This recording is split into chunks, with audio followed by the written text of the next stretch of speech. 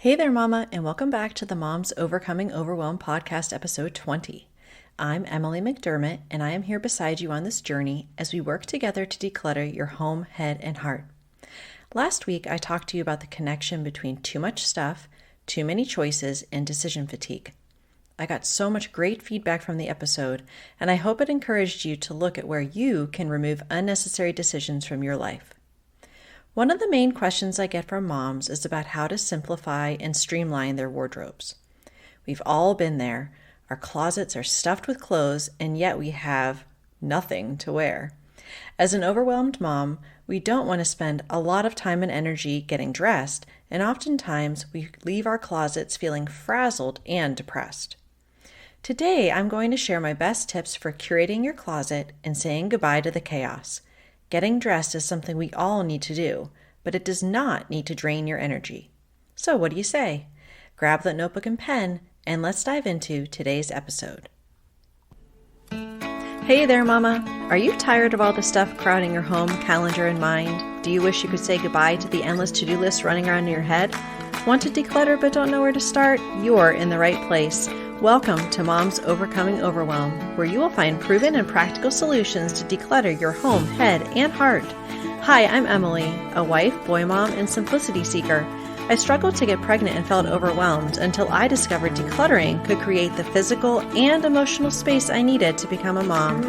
Now, 2 kids later, I've transformed my life and motherhood by developing simple systems around decluttering, capsule wardrobes, kid stuff, cleaning and tidying, meal planning, time management, and more, and I can't wait to share them with you. If you're ready to reclaim the time and energy you crave, be present with your kids, and finally enjoy the life and motherhood you so deserve, let's kick overwhelm to the curb, shall we? Grab your lukewarm coffee, your notebook and pen, and clear up some counter space. Let's do this. I'm excited to announce that I will officially be launching my one-on-one decluttering coaching services for overwhelmed moms in February 2023. If you have been taking the tips I've shared on this podcast and implementing them, or maybe you've even been in the free Facebook group making progress in your home, that's fantastic. But if you need a little more support to have me literally cheering you on for 2 weeks straight to implement a customized decluttering plan, then these coaching services may make sense for you. More to come. All right, Mama, let's dive into the topic of capsule wardrobes.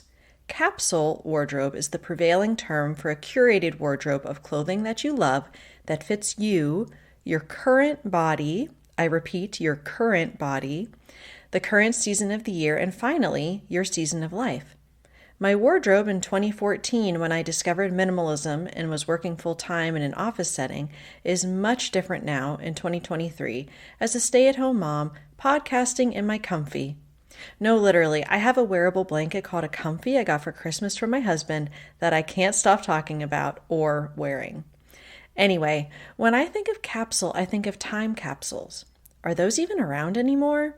But it's a limited space, right? You fill it with the best of the best, what you want to represent the essence of that particular time.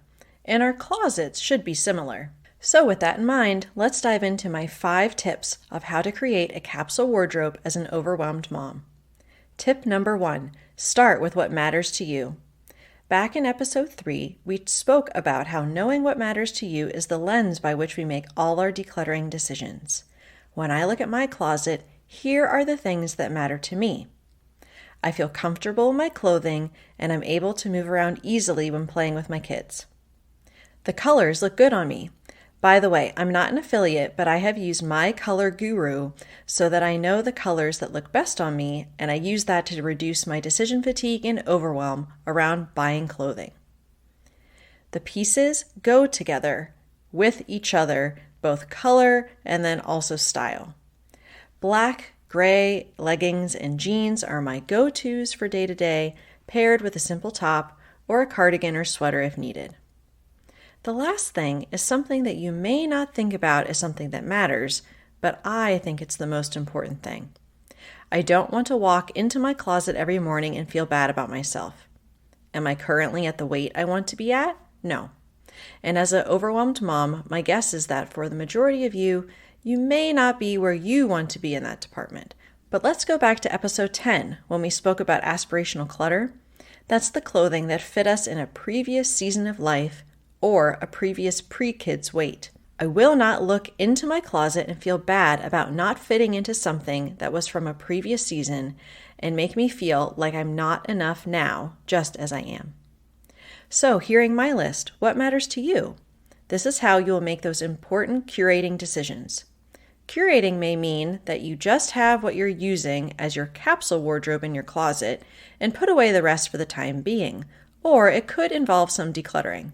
Either way, you want as much as possible to just see the clothing in the capsule wardrobe when you enter your closet each day. Okay, let's move on to my second tip. Remember that what you paid for something does not matter when deciding what to keep in your capsule wardrobe, unless it is part of my first tip and is something that matters to you. I've never heard of this personally, but if you only want to wear your expensive clothes and that's most important, then go for it. But if not, you're likely surrounded by clothing with tags on it or designer stuff you never wear that you feel like you should keep because of what you paid for it. There's that pesky word again, should. Listen again to episode 9 about the mental roadblock of what you paid for something. It's a biggie when it comes to our clothes. I don't care if you have a pair of $500 boots in your closet. If you don't wear them or love them, they are not supposed to be there. Your health, your sanity, how you show up every day, that's more important than the cost of anything you've ever paid for your clothing. So if it doesn't make the cut, based upon what matters most from tip number 1, let it go. Tip number 3 is to remember that there are so many benefits to having a curated wardrobe, the biggest of which is reducing your decision-making first thing in the day. We spoke last week in episode 19 about the issue of decision fatigue, especially for busy and overwhelmed moms. The simple math tells us that less stuff means less decisions, and that means more energy for what matters in our day. Remember, every item you declutter is one less decision to make. So remember your why, and it will help you feel confident with less items of clothing. Moving right along to tip number 4, shop your closet first. A curated wardrobe should primarily come from what you have already.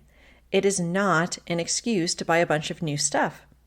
It's so easy to search capsule wardrobe in Pinterest and find a perfectly curated spring 2023 collection and think, oh wow, look at all these things I don't have. I really should buy them.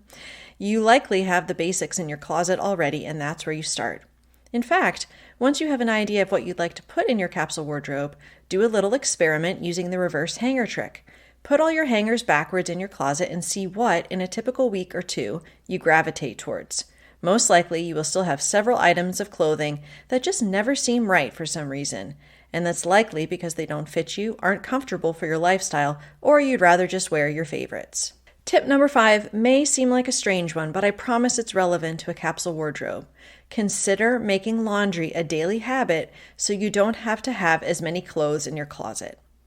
I mentioned in episode 19 that I do laundry every day for myself and my family so I don't have to think about it. It's one less decision that I have to make. But the other benefit is that I don't have to keep as many clothes because of this habit. That goes for me, my kids, and my husband as well. Right now, for reference, I have about 4 pairs of jeans, 3 pairs of leggings, and honestly, I could probably get by with 2 to 3 pairs of jeans without a problem. I have a few fleeces, a few long sleeve shirts, and about 6 sweaters and 3 cardigans. Again, I probably don't need as many sweaters as I have because I gravitate toward a few favorites. It's not about the numbers, of course, but I am telling you this because it has made my life so much easier because of less decisions and less stress. And isn't that what it's all about? If you want some additional guidance on capsule wardrobes, I would highly recommend Project 333 from Courtney Carver. She has a book by the same name, and I will also link to that in the show notes. In addition, I have used the capsule wardrobe guide from Jennifer Mackey Mary at Everyday Style in the past, and I will also link to that. Finally, I have heard good things about Jammie Baker's Momiform concept, so check out her stuff as well. I'm not an affiliate for any of these ladies, I just really like their realistic approach to helping women, especially moms, curate their wardrobes. So to recap, a capsule wardrobe decreases your choices and helps to lessen decision fatigue so you can focus on what matters more than what you wear every day. My 5 tips for making your own capsule wardrobe are: tip number 1, start with what matters to you. Number 2, don't get tripped up with clothes with the tags on it or how much you paid for something. Tip number 3, remember the benefits to your mental and emotional health having a curated wardrobe to give you that extra motivation to move forward. Number 4, shop your closet first. And number 5, remember daily laundry means you don't need to think about doing laundry every day, and you can enjoy less clothing without missing your favorites. I hope this episode blessed you. If so, please share it with a friend and feel free to join my free Facebook group at tinyurl.com/Moms Overcoming Overwhelm. Next week, I have a fantastic interview all about time management for overwhelmed moms with Jessa Ray from Caught Up in Motherhood. I'll see you next week. Bye for now. If you like today's podcast, here's what you can do. Just take 30 seconds to leave me a review. I know you're a busy mama. You're overwhelmed, in fact. But 30 seconds of your day makes such an impact. I'll be blessed by your words. They'll definitely make my day. And who knows, you might be entered for this month's giveaway. In Apple Podcasts, scroll down to write a review. Thanks so much for your time. I'm so grateful for you.